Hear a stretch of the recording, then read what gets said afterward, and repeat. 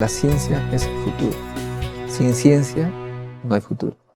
Hola amigos, soy Modesto Montoya, conductor del programa Encuentro con la Ciencia, que pasa por el canal cienciaperú.tv, un canal dedicado a la promoción de la ciencia y la tecnología en el Perú y en el mundo, ¿por qué no?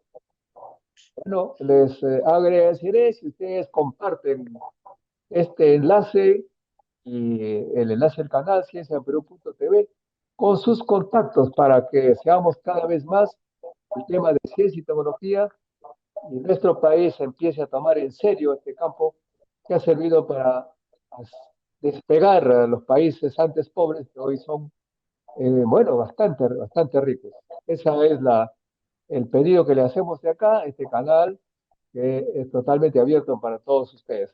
En esta oportunidad, por supuesto, vamos a conversar con un talentoso ingeniero peruano que trabaja en Brasilia, en la capital de Brasil, sobre temas de vehículos inteligentes y le vamos a pedir su opinión sobre el transporte en Lima, que aparentemente no es tan inteligente.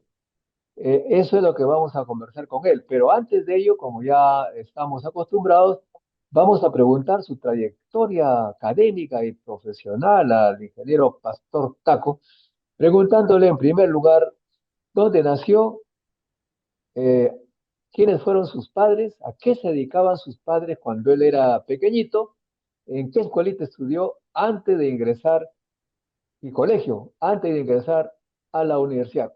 Gracias, estimado pastor, por estar con nosotros. Doctor Modesto, le agradezco mucho esta oportunidad de poder participar en este momento tan importante, ¿no? Para mí es una honra poder haber recibido esa invitación y poder comunicarnos, ¿no? A través de este medio que está promoviendo para la ciencia en el Perú. Inicialmente decirle que yo nací en Arequipa, a los pies del volcán Misti, ¿no? Que es bien conocido en el Perú. Mi padre es de Huancarqui y mi madre es de Machaguay, ¿no? Ustedes deben conocer aquella música, mambo, qué rico mambo, ¿no? Mi mamá nació Claro, en... claro, por supuesto, famosísimo, en todo el Perú se escuchó. Mambo, qué rico mambo, mambo de Guachamay, Río de Puyulca, déjame pasar. Exactamente, yo crecí con esa música de mis padres, ¿no? Y ellos nacieron ahí y desde muy jóvenes, ¿no? Se conocieron a los 17 años prácticamente. Salieron de sus casas para ir a vivir en Arequipa mismo, ¿no? Porque Machaguay, Huancarque queda en la parte de Majes, ¿no? Del Valle de Majes. Y mi padre, en sí, cuando era muy niño, fue abandonado, ¿no? Por su padre y no tuvo esa oportunidad, pues, de educarse como podría haber sido muy importante. Entonces, él conoce, escribe, lee lo básico de lectura, ¿no? Y mi madre, ella es la mayor, ¿no? De 15 hermanos. Y entonces tuve que también encargarse de cuidar de los hermanos y trabajar y todo eso, ¿no? Entonces se trasladaron para Arequipa y en Arequipa establecieron su espacio de crecimiento, ¿no? Y desde muy pequeños, ¿no? Ellos nos enseñaron a trabajar, a desarrollarnos y a estudiar, ¿no? Pero sufrieron bastante, ¿no? Entonces nosotros somos 6 hermanos, uno ya falleció un buen tiempo atrás y pues trabajaron bastante para podernos dar la instrucción y siempre decían para nosotros lo que voy a dejarles como herencia es el estudio, entonces van a tener que estudiar, dedicarse. Entonces mi familia fue una familia bastante, digamos, mis padres bien dedicados a que pudiésemos estudiar, que pudiésemos también trabajar. Y eso así nos fortaleció bastante, ¿no? Porque nos enseñaron a valorizar el aspecto de saber estudiar, de saber tener padres dedicados a que los hijos también puedan hacerlo. Pero también en sí, con 6 hijos en la casa, ¿no? No es fácil, pues, ¿no? Llevar a todos a estudiar. Entonces, se dedicaron bastante. Y mi escuelita primaria quedó justamente cerca de mi casa, viví en Hunter. Hunter es cerca de Tiabaya, ¿no? De aquella región bien conocida en Arequipa, ¿no? En la región campestre. Estudié en el colegio de Tingo. Hoy en día no existe más ese colegio que queda al lado del cuartel de Tingo. Y estudié en el 41010 de Tingo. Fue mi escuela primaria, donde aprendí muchas cosas, ¿no? Aprendí, gracias a la enseñanza de mis profesores, ¿no? A valorizar la enseñanza, ¿no? El estudio. Y vi también a mis hermanos estudiar, ¿no? Yo he sido el cuarto hermano, entonces muchas de las cosas en aquella época que mis hermanos utilizaban, yo utilizaba, ¿no? Los libros, siempre, ¿no? Pues el último hermano termina recibiendo esa parte y eso fue bueno porque comencé a ver que realmente en sí ellos se esforzaban y también comencé a esforzarme, ¿no? Y mi familia no tenía una condición suficiente para que todos estudiasen, entonces teníamos que trabajar. Y yo desde pequeño, desde los 10 años, también trabajaba en casa vendiendo chupetes, ¿no? Vendiendo chupetes en las calles, vendiéndolos en los payapos que le dicen, no sé si será hoy en día ese término, pero yo salía a vender chupetes en los payapos cuando la gente ya terminaban de cultivar la papa y la gente iba allá y payapaba, recogía, entonces yo iba ahí, vendía los chupetes, regresaba para casa y vendía y trabajaba, ¿no? Y así nuestros padres me enseñaron a trabajar y a estudiar. Y hubo una oportunidad en que mi mamá pues, vio que la situación estaba necesitando de más recursos. Entonces, cerca de la casa había una escuela que en aquella época todavía no tenía sin cerco de paredes y comenzamos a ir a vender ahí en esa escuela. O sea, a partir de trabajar en otros lugares también comenzamos a vender en esa escuela y así encima de un sillar colocaba mi cajita de Tecnopor con mis chupetes y vendía. Mi mamá también iba llevando sándwich. Entonces comenzamos a trabajar para estudiar también, o sea, trabajar y estudiar ese proceso para poder avanzar y así fuimos yendo, fuimos creciendo. Y después pasé a un colegio más central de la ciudad. Mi papá y mamá dijeron, bueno, ustedes tienen que estar en otro lugar porque necesitan tener otro roce, necesitan tener un conocimiento mayor. Y en ese entonces mi padre y mi madre siempre conversaban de eso, ¿sabe, doctor? Siempre se preocupaban, preguntaban a los amigos, ya, ¿y qué puedo hacer con mis hijos? Y conversaban con nosotros. Y nos dijeron, pues bueno, es bueno que ustedes estén en otro colegio, vayan a otro lugar. Y así fue, pasamos a un colegio, era del Estado, Tupac Amaru, me recuerdo. Solo que en aquella época hubieron problemas, ¿no? En la época de la dictadura, problemas serios. Y hubo un problema de la muerte de un alumno, porque hubo un paro de estudiantes y un alumno fue muerto, ¿no? Por un soldado, le dispararon, mató a ese alumno y ahí papá decidió cambiarnos para un colegio parroquial, ¿no? El Mercedario, San Pedro Pascual.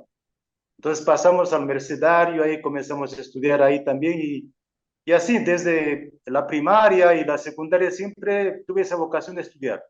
Si bien es cierto, no había mucho tiempo para estudiar porque había que trabajar y estudiar, entonces yo tenía que aprender todo en el instante que eran impartidas las clases en el aula, ¿no? O sea, todo lo que me decían tenía que aprender ahí porque después no había tiempo, había que trabajar, había que hacer otras cosas, ayudar en las compras para ir a llevar a los sándwiches, la comida para la escuela y todo ese asunto. Y todos participaban en casa, todos tenían una responsabilidad. Entonces, ahí estudiando, pues obtuve el segundo puesto en la general y conseguí ingreso libre para la universidad. Y en aquella época tuve esa oportunidad de escoger dos universidades. Entonces, yo escogí la Católica Santa María para hacer administración y escogí la San Agustín para hacer ingeniería civil. Y comencé a estudiar las dos, solo que por la cuestión del costo, ¿no? Porque particular hay que pagar, ¿no? Hay que trabajar para pagar y no pudo. Ahí tuve que dejar la católica y continué la San Agustín. Y así, ingresé con 16 para 17 años a la universidad. Solo que cuando ingresé, mi hermano falleció, mi hermano mayor falleció y eso me produjo un impacto significativo. Entonces, prácticamente el primer año de la universidad lo perdí. Solo aprobé literatura, pero lo demás lo dejé, porque fue un choque tremendo para nosotros, para toda la familia mismo, ¿no? Pero Claro. después fue yendo así, lo que debía hacer en 5 años se demoró 7 años, ¿no? Y realmente así porque había que recuperar el tiempo, más también había que trabajar también, o sea, había que trabajar y estudiar y pues universidad no es una cosa así de juego, ¿no? Hay que estudiar mismo, ¿no? Independientemente se trabaje o no, hay que estudiar y hay que dedicarse. Y fue importante porque cambió mucho mi entendimiento de lo que era en sí la ciencia, los estudios, la inquietación por aprender también. fue una etapa que me llevó a buscar otros horizontes, también sabe, doctor. Y me recuerdo que una vez hubo una ponencia en la San Agustín de un profesor, creo que hasta fue usted, doctor, que fue allá, y hubo un profesor el profesor Juan Carlos Machicao Pereira, no sé si se recuerda. Él llegó un Claro. profesor justamente a Arequipa, y claro, fue usted que dio una palestra, y me recuerdo la palestra, usted decía así de que iba a llegar un instante que íbamos a conversar con un celular en la calle, ¿no? Con un teléfono en la calle. Decía, pero ¿cómo que va a suceder eso? Más bien que todo bastante, dijo, no, qué interesante. Inclusive dijo que dentro de un carro iban a estar conversando, dentro de un ómnibus y la gente se iba a comunicar. ¿Cómo va a ser eso? Entonces, esas cosas me fueron inquietando y lo que hice fue comenzar a estudiar esa parte de metodología en investigación. El profesor Juan Carlos Machicao, él hizo varias veces, hice varios cursos, en todo lugar donde había metodología entraba, y nos ayudó bastante para hacer mi trabajo. En aquella época había que hacer eran dos trabajos que se hacía, el bachillerato y la tesis profesional. Resulta que terminé demorando bastante para eso porque había que trabajar y estudiar y había que también sí, hacer un buen trabajo, ¿no? Y tuve la oportunidad de participar de un proyecto que estaba siendo desarrollado en el Perú sobre la parte de vulnerabilidad.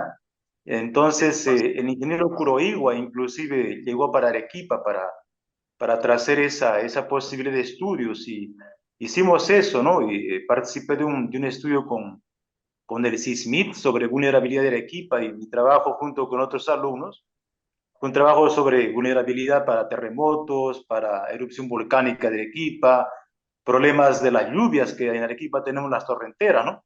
Hicimos un estudio gigantesco, entonces demoramos 2 años en ese estudio y ahí pues me encanté bastante por continuar investigando, estudiando y cosas concretas, ¿no?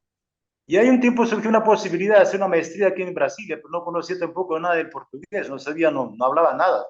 Lo único que había escuchado por las radios de onda corta era gol, gol y ese asunto, pero ahí tuve una imagen también importante de un ingeniero, el ingeniero Yankee, Calixto Yankee Murillo, que hizo su maestría en el MIT, ¿no? Entonces vi que él nos daba mucho conocimiento y dije, es posible salir fuera. Y ahí vi que había un afiche sobre una maestría, cogí el afiche, junté mi documentación y recuerdo que en aquella época no tenía recursos para poder enviar los documentos por carta, ¿no? Ahí le pedí a mi hermano que me prestase dinero, me prestó y envié. Y ahí fue seleccionado para hacer la maestría, ¿no? Y era aquella época en que estaba entrando en el Perú los vehículos, las combis, ¿no? El Perú había importado bastante combi de segundo uso de Japón y había bastante problema de contaminación. Entonces, un poco eso que me llevó a decir, es un tema interesante, es un área interesante de trabajo. Pero hasta aquella época sí yo estaba más queriendo trabajar directamente con hidráulica, ¿no? Justamente por la influencia del ingeniero Carlos Machicao. Pero vi que había esa oportunidad, entonces me presenté y llegué aquí a Brasilia, ¿no? En el 95, en marzo del 95. Y cuando llegué, pues vi un universo de transporte, ¿no? Universo de área, ¿no? Así, y me encanté. La maestría que usted hizo fue con becas, supongo. Sí, hice con beca, llegué aquí con ya beca para hacer el estudio, ¿no? Y me encanté porque vi una estructura diferente en términos de lo que significa la investigación, porque llegué a un laboratorio donde tenía bastantes computadores de los más diversos tamaños y formas, y cuando hice mi graduación en la ingeniería civil en Arequipa, pues había pocos computadores, ¿no? En aquella época eran 5 computadores para 500 alumnos, entonces no había cómo, pues, entonces yo salí sin saber dominar la computación. Pero cuando llegué aquí, me encontré pues que estaba a la mano, doctor, estaba a la mano, o sea, era para dormir y vivir el día entero delante del computador, entonces dije, yo tengo que dominar esto, yo tengo que saber, y fui aprendiendo a hacer de todo, inclusive programación de páginas web, y HTML, HTML en aquella época, Netscape, ahí comencé a dominar todo eso, y cuando comencé a dominar, comencé a enseñar también a otras personas. Y eso me ha ayudado bastante porque comencé a crecer y encontré también una otra posibilidad, ¿sabe, doctor? Que aquí había bibliotecas en las cuales podía buscar artículos científicos, podía tirar copias, ¿no? Hacer copias de eso, podía juntar, hacer un documento y estudiar sobre eso y no tenía que pagar simplemente porque era estudiante, ¿no? Porque estudiaba en la universidad, tenía esa facilidad, entonces tenía acceso a libros, a material, a discusión. Eso me encantó, entonces hice mi maestría en transportes urbanos En la y en aquella época universidad. en la Universidad de Brasilia mismo, donde trabajo ahora, ¿no? Hizo aquí la maestría y ahí pues avancé tan rápido que iba a terminar en menos de 2 años. Solo que ya llegando para finalizar el año, en el mes de noviembre, mi computadora dio problema. La computadora prácticamente, el disco duro, pifó, como dicen aquí, perdí todo lo que estaba haciendo y ahí pues mi plazo estaba acabando y ahí pedí ayuda para los amigos, ¿no? Porque ya hay que, mi beca se acaba fin de año, ¿y ahí qué hago, no? Pues estamos en noviembre. Entonces me ayudaron a estructurar nuevamente el proyecto, así que noviembre, diciembre, enero, febrero, marzo, abril de 97 defendí la disertación y prácticamente pasé bien ajustado esos meses porque tenía que terminar, ¿no? Y publiqué bastantes artículos también, entonces, y ahí mi orientadora de aquella época y los profesores que estaban ahí a mi alrededor vieron pues de que podían invertir un poco más en mí, ¿no? Entonces me dijeron, quédate un año más, te conseguimos una beca de investigación de lo que sería una especie de CONCITEG, aquí el CNPq, y CNPq. Y ahí, ¿qué sucede? Pues me quedé para trabajar en un proyecto de reingeniería. El Brasil estaba entrando en un proceso de reestructuración de la ingeniería para pasar de las mesas de diseño para ahora el computador, ¿no? Era un proceso que había que estructurar, entonces trabajé durante un año en esa parte de hacer todo el programa, todo el conjunto de disposiciones, cómo que se reestructuraría en cada uno de los currículums, con otra persona más, otro alumno. Y ahí eso me llevó a la vocación a poder continuar. Entonces dije, bueno, pues ¿qué hago? ¿Continúo con un doctorado o salgo a trabajar? Ahí presenté mi documentación para trabajar en el BID y hubo esa posibilidad, pero también me aceptaron para hacer doctorado en San Carlos, en la Escuela de Ingeniería de San Carlos, de la USP. Y yo no sabía qué hacer, entonces le pregunté a un profesor, le digo, ¿qué puedo hacer? Porque tengo dos posibilidades. Él me dice, bueno, ¿qué te gusta hacer? Le digo, pues me gusta investigar, me gusta hacer eso, trabajar. Entonces me dice, haz eso, haz tu doctorado porque es tu camino, es tu fuente. Entonces hice eso, fui a hacer el doctorado y como había quedado un año haciendo investigación, ya preparé un proyecto para hacer el doctorado. Ya fui con un proyecto justamente sobre identificación de placas de vehículos, ¿no? Con inteligencia artificial. Hice ese proyecto y fue eso para San Carlos, ¿no? Entonces estaba proyectado en hacer 3 años, doctor, pero resultó que demoré 5. Demoré 5 porque todo lo que había planificado no dio resultado. No dio resultado porque requeríamos bastante recurso, aprendizaje en otros áreas de conocimiento. Entonces tuve que cambiar mi tema después del tiempo y ahí tuve que perfeccionarme en inteligencia artificial más en la parte de redes neuronales y hacer cursos en otras áreas, aprender más cosas, ¿no? Tuve que cambiar toda mi rutina para poder ampliar y ahí conseguí conocer otras áreas también de conocimiento, que viene a ser la parte comportamental, behavior, ¿no? La parte comportamental de análisis de cómo que las personas se comportan y cómo que tengo que trabajar con la tecnología para identificar eso y a partir de eso descubrir comportamientos que puedan servir para definir políticas públicas. Entonces, ese es mi área de trabajo, analizar la tecnología a través de diversos tipos de herramientas, ¿no? Que se tienen metodológicas, y a partir de ese análisis que se hace con inteligencia artificial y otros elementos, poder definir políticas públicas y evaluar cómo las personas se comportan delante de eso. Y a partir de las políticas públicas, definir programas, planes de desarrollo, ¿no? Entonces vengo trabajando en ese tema desde esa época, 2003 defendí mi tesis doctoral y ahí pues defendí, ¿y ahora qué hago, no? Un postdoctorado o ir para otro lugar, otro país. Quería ir mucho para otros países, pero ahí surgió la oportunidad de retornar para Brasilia para trabajar en un centro de investigación que estaba siendo estructurado y fui llamado para regresar aquí a Brasil, entonces vine y ese centro comenzó a trabajar con una estructura nueva del país, porque el Brasil pasó a una otra forma de gestión de lo que sería sus infraestructuras. pasaba de un sistema en que el gobierno hacía todo para ahora las agencias, ¿no? Y la primera Agencia Nacional de Transporte Terrestre estaba siendo estructurada. Entonces llegué justamente para trabajar en consultoría sobre eso con la agencia. Hicimos el planeamiento estratégico de la Agencia Nacional de Transporte Terrestre aquí de Brasil, que ahora es una referencia a nivel mundial, que se encarga de ver toda la gestión de la infraestructura, tanto de carreteras, de hidrovías, de ferrovías, la parte aérea. Entonces, tiene toda injerencia sobre todo eso. Entonces, comenzamos a estructurar, comencé a trabajar, y ahí fue yendo, fue desarrollando. Hubo un concurso para profesor en 2006, me presenté y conseguí la vacante, y desde 2006 soy profesor de la Universidad de Brasil en el área de transportes. Vengo trabajando con sistemas inteligentes en la parte comportamental, la parte de análisis de tecnologías. Vengo orientando alumnos de graduación, de maestría, doctorado, y vengo de alguna u otra manera contribuyendo al desarrollo del país para dar soporte tanto a la formación de cuadros como también el soporte al análisis de las políticas públicas, ¿no? Que el país tiene, ¿no? Entonces, trabajo tanto en el campo de lo que viene a ser la movilidad urbana, como también en el campo de las infraestructuras de transporte, y todo eso con ese marco del comportamiento de transportes, ¿no? De las personas, ¿no? Y el uso de las tecnologías, ¿no? Tengo grupos de investigación que coordeno, he participado en varios tipos de eventos, ¿no? Publico libros, artículos, eso es parte de nuestro proceso académico aquí, ¿no? Y he tenido la satisfacción de tener muy buenos alumnos también. Uno dentro de los cuales ha sido ministro justamente en el periodo pasado, ministro de Infraestructura de Transportes aquí, ¿no? Entonces he tenido también esa satisfacción de poder haber tenido él como orientando de maestría, ¿no?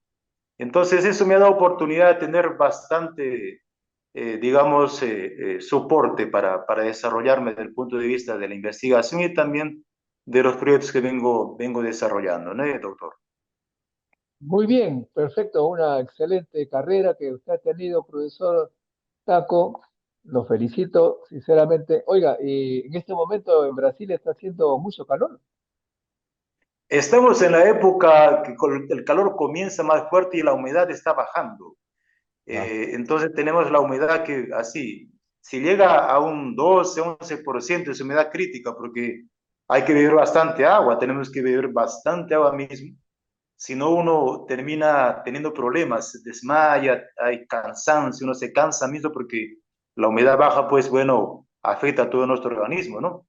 Y aquí a poco comienza una calor más intensa, entonces, y hemos tenido problemas de los incendios, ¿no? Usted sale pues y ve una neblina espesa porque hay muchos incendios, hay gente inescrupulosa que termina quemando, porque todo se seca, pues, ¿no? El pasto, la vegetación se seca, entonces lanzan fuego y ese fuego comienza a quemar y comienza a formarse una neblina oscura y eso afecta la respiración. Entonces, San Pablo ha vivido ese problema la semana pasada, ¿no? Ha sido crítico, aquí también hemos vivido en esa semana, entonces estamos en ese proceso. Septiembre es un mes crítico, septiembre, octubre, mes crítico, y hay que cuidarse bastante, hay que beber bastante agua. muy bien, ahora usted viene a Perú de vez en cuando. Sí, yo he estado el año pasado justamente por invitación de la Universidad Católica de Santa María para dar una ponencia en un congreso que los alumnos organizaron. Y este año estuve en un congreso de ingeniería civil, de alumnos de ingeniería civil en Pucallpa. Fue la primera vez que llegué a Pucallpa, tenía un deseo tremendo de estar ahí.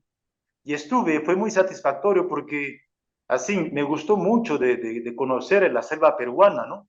Y de ver el potencial que tiene. Y eso les comentaba a los alumnos, ¿no? Inclusive les preguntaba, ¿qué disciplinas ustedes tienen sobre esa parte de puertos, de ríos? Infelizmente no tienen, pero es un área de importante desarrollo. Nuestro país tiene una Amazonía que es más el Perú tiene un territorio que es más del 50% amazónico, y ahí pues el río alimenta Iquitos, pero falta todavía ese proceso de trabajar como un eje estructurante en la Amazonia, ¿no? Esa parte del río, el puerto, y ver que necesita un trabajo más profundo de la parte logística, ¿no?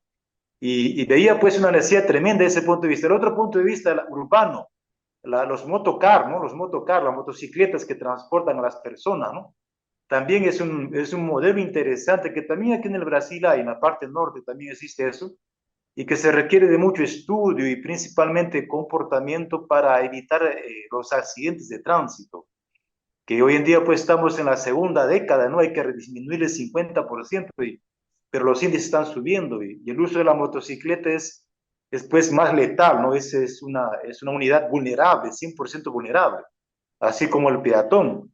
Entonces veo que es una preocupación así. He regresado con bastante preocupación, doctor, porque así, si bien es cierto, estoy lejos del Perú, ¿no? No tan lejos tampoco, pero me preocupa mucho ese aspecto, o sea, el transporte, el tránsito, la contaminación y que nuestras ciudades pues merecen mejor de lo que se tiene, ¿no? Y que se puede resolver.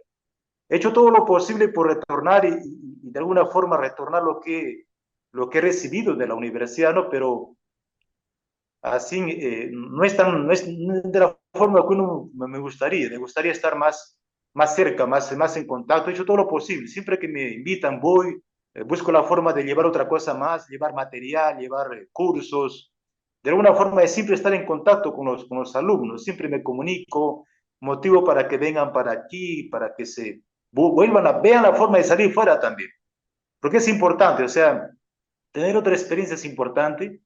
Y aquí estamos en una época, doctor, en que las universidades están requiriendo bastante de alumnos, porque había una disminución de alumnos por la pandemia. Muchas personas no están queriendo hacer aquí maestría, entonces nuestro número de candidatos pues está disminuyendo y estamos necesitando. Cuanto más si son alumnos extranjeros, porque realmente ellos responden bastante, ¿no? Se dedican bien. La mayor parte siempre ha sido de destaque, aquí han conseguido bastante beneficio. Entonces, si hay algún alumno interesado ahí, puede contactarme que aquí hay muchas posibilidades, ¿no? Y yo particularmente siempre me encargo de apoyarlos, de llevarlos, de mostrarles qué posibilidades existen, ¿no? No solamente aquí en Brasil, en varias universidades del Brasil, ¿no? Que eso es general, ¿no? No es solamente aquí, ¿no? Muy bien, ahora el tema acá en Lima es terrible. Dicen que hay más de 10.000 muertes por causa de la contaminación producto del transporte público. ¿Usted no ha tenido tiempo para ver, ha pasado por Lima? He pasado rápidamente por el aeropuerto, más ya da para, inclusive fui un poco cerca del aeropuerto, había un mall cerca que me llevaron ahí mis primos para conocer, y estaban en Reforma, esa parte del Callao, estaban haciendo algunas modificaciones. Y realmente, pues sí, necesitamos bastante avanzar en el transporte, ¿no? No solo del punto de vista de la parte de regulación, la parte de las normas, que eso es fundamental en todo proceso de gestión, más también en el hecho de formar y capacitar personas para trabajar en esa área es necesario. Y también de la utilización de las nuevas tecnologías, ¿no? Que hoy en día, pues, las nuevas tecnologías nos ayudan, favorece bastante a una mejor gestión del sistema y realmente pues reducir, ¿no? Y eso les comentaba ahí en Pucallpa. Aquí en las estadísticas en el Brasil, en el 2023, cada hora que se pasa, doctor, mueren 4 personas. 4 personas están muriendo cada hora que está pasando. Sí, en el Perú, la estadística está un poco por ahí también, ¿no? Y lo que me preocupa más en el Perú es la polución, la contaminación ambiental, que es lo que mata más también. Y Lima es una ciudad, pues, que tiene grandes problemas, ¿no? Inclusive les mostré un recorte de un periódico de Lima y le decía, miren, aquí la gente sabe cuál es el problema y sabe qué hay que hacer, pero ¿por qué no se hace? Se sabe cuál es el problema y qué hay que hacer, pero ¿por qué no se hace? Le decían, está faltando primero, pues, que más personas se dediquen a estudiar ese tema, ¿no? Que más formación de cuadros, y que esos cuadros estén en la gestión, pues que ellos sean parte de la gestión, o sea, no sean gente que estén de lado, que lo dejen así, ¿no? Más que participen, que tengan espacio para poder estar en la gestión es necesario, es fundamental, porque si formamos hay que utilizar a esa gente, ¿no? Para trabajar. Entonces, se requiere bastante en ese sentido, ¿no? Por lo que veo, ¿no? Y lo interesante es eso, que hay cuadros, hay la intención de cambiar, ¿no? Muy bien, ahora, obviamente sería bueno que le eche una mirada a los aspectos de transporte de Lima y proponer algunas cosas. Yo sé que es necesario más uso de tecnología, me he enterado de que los semáforos ya tienen los equipamientos para instalar un sistema inteligente, pero todavía no se hace. Pues también el metropolitano igualmente está equipado, pero tampoco se usa. Eso significa que no hay expertos, no hay técnicos que sepan utilizar la infraestructura que ya está instalada. Sería bueno que eche una mirada y haga una propuesta y acá apoyamos para canalizarlo hacia el Ministerio de Transporte. Ojalá que nos hagan caso, porque como usted dice, hay veces ya se sabe qué hacer, pero nadie se ocupa de ello. Las autoridades están ocupadas en muchos temas controversiales que ocupan los periódicos, los denuncian, la corrupción y tantas cosas, y están olvidándose del ciudadano que está atravesando problemas, corre peligro su vida, pero pocos se ocupan de ello. Muy bien, entonces vamos a seguir en contacto de ello. Ahora, queríamos saber también su vida, si lo permite, un poco personal. Un peruano, un arequipeño en Brasilia, conoce Brasil. ¿Ya se casó usted o sigue soltero? No, yo me casé, gracias a Dios conocí a mi esposa, me casé un poco tarde, con 46 años. No recomiendo a nadie que se case tarde, hay que casarse más joven. Solo que 46 años.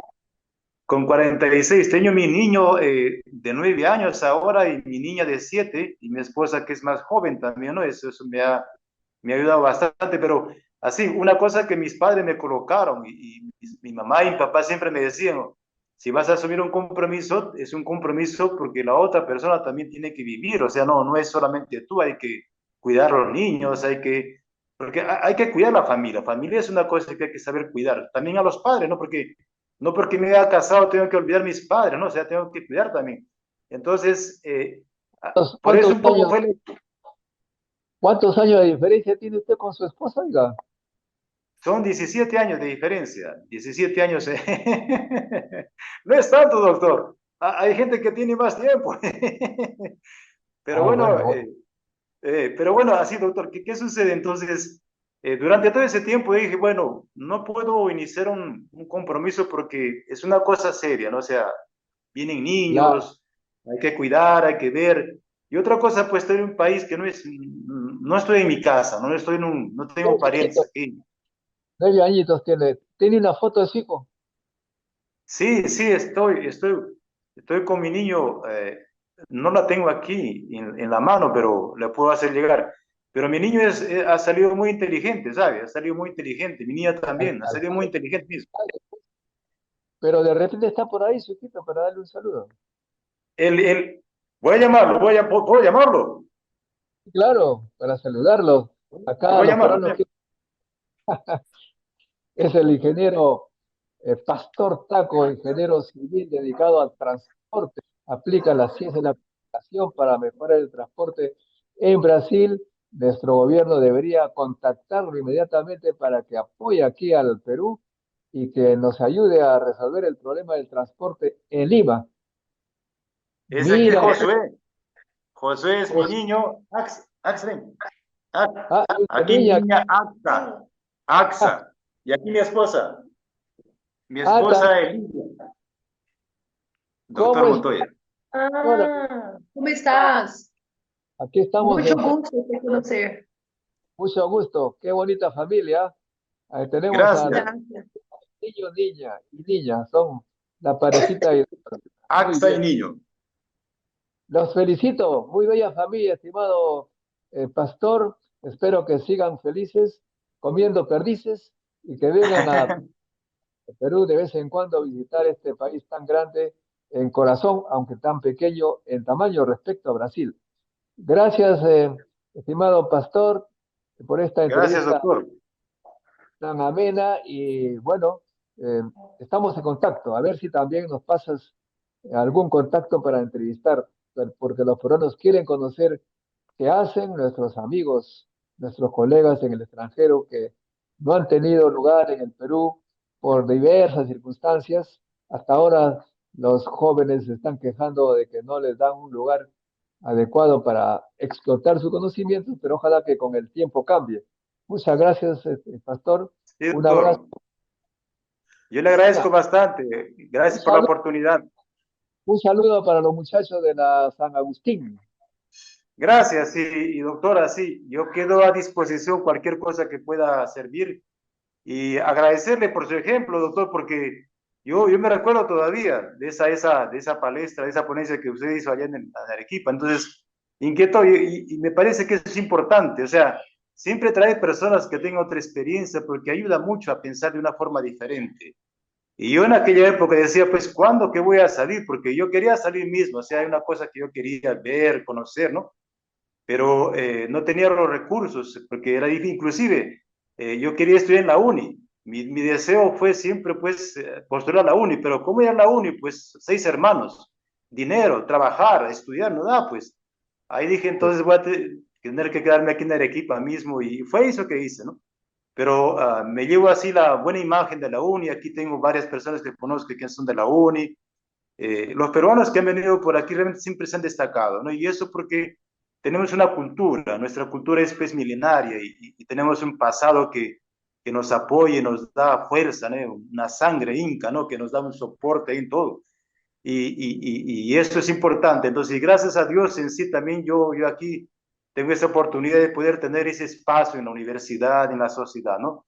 Y desear que así nuestro país avance. Veo que hay muchas cosas que están haciéndose y estoy pues a disposición para cualquier cosa que se necesite, ¿no? Espero que podamos continuar esos contactos porque hay una voluntad. Ahora, ya no es como antes que estamos tan lejos, ¿no? Ahora estamos a través, por ejemplo, la web, tenemos posibilidad de hacerlo. Un viaje de Brasilia para Lima es 4 horas, se realiza y estamos a disposición, doctor. Cualquier cosa que necesite, estoy por aquí. Cuando venga a Brasilia, por favor, me visite, estamos aquí para recibirlo y estamos a disposición para lo que sea necesario, doctor. Muchas gracias. Oiga, ¿y el río de Puyurca existe? ¿Puyurca? Sí, sí, mis padres siempre, Río de Puyurca, déjame pasar, decía mi mamá, cantaba. Bueno, hemos compartido esas hermosas canciones del pasado. Ahora sí, hasta un próximo encuentro, estimado pastor. Amigos, con nosotros será hasta un próximo encuentro con la ciencia, pero no se olviden, comparta este video con sus contactos para que seamos más que estén por la ciencia. Chao, chao, nos vemos. La ciencia es el futuro. Sin ciencia no hay futuro.